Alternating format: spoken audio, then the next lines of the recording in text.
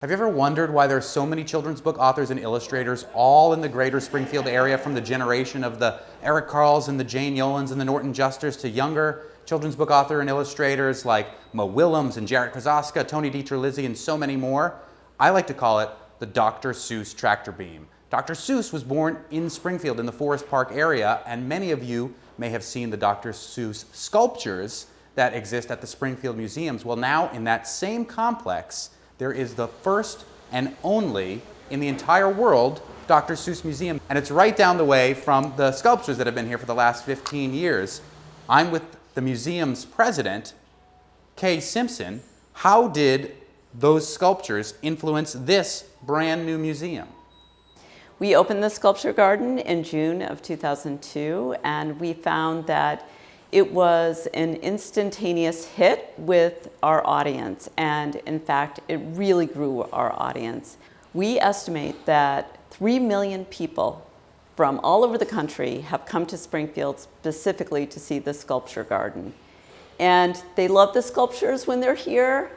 They think they're remarkable, but they always ask for a Dr. Seuss museum. And now there is one right down the way from the sculpture garden. So you walk into this old historical society and you follow this pathway along the floor that's in red and white checker, and it leads you through Dr. Seuss's life, starting in Forrest Park area in Springfield, and you get to see some of the sights that he saw as a kid and see maybe where it influenced some of his artwork. Talk about some of the places that we hit as we go through this one and only Dr. Seuss Museum. Well, Dr. Seuss was born in Springfield, Theodore Seuss Geisel.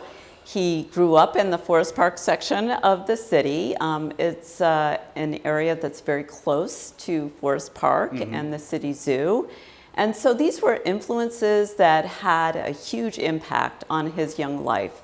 So you're exactly right. You see some of the fantastic architecture that he saw when he was a boy, like the Barney Mausoleum in Forest Park with its mysterious Sphinx statue. Right. There was the Howard Street Armory that looks like a castle that was right across the street from where he was born in the South End.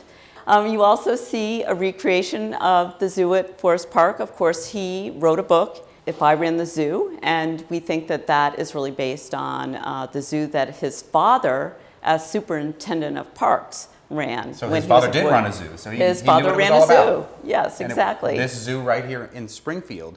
And so it takes you sort of from the early, through his life, even through the early books, and then all the way to the end in his last book, in this room that we are right now, the Oh, the Places You'll Go room, which is the send-off into the greater world. So it's a fun and interactive and immersive museum filled with sculptures from all of the different books, with beautiful paintings on the walls, and the floors are all really colorful.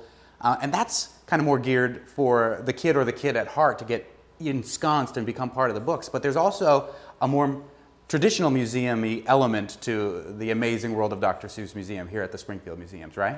That's right. Upstairs, we have a totally different experience. We have an actual recreation of Ted's studio. We're so fortunate. We have an extraordinary relationship with Ted Geisel's stepdaughters, and they gave us furniture, memorabilia, original artwork. So we have the ability to recreate his environment, where he worked, his studio. This is where all the magic happened. This is where he wrote the books that people love and drew all of the illustrations that captivate everyone's imagination.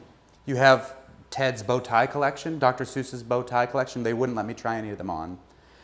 You also have Dr. Seuss's stuffed dog, not his actual pet, but a stuffed animal that he used as sort of his inspiration and kept on his desk the whole time he did his work?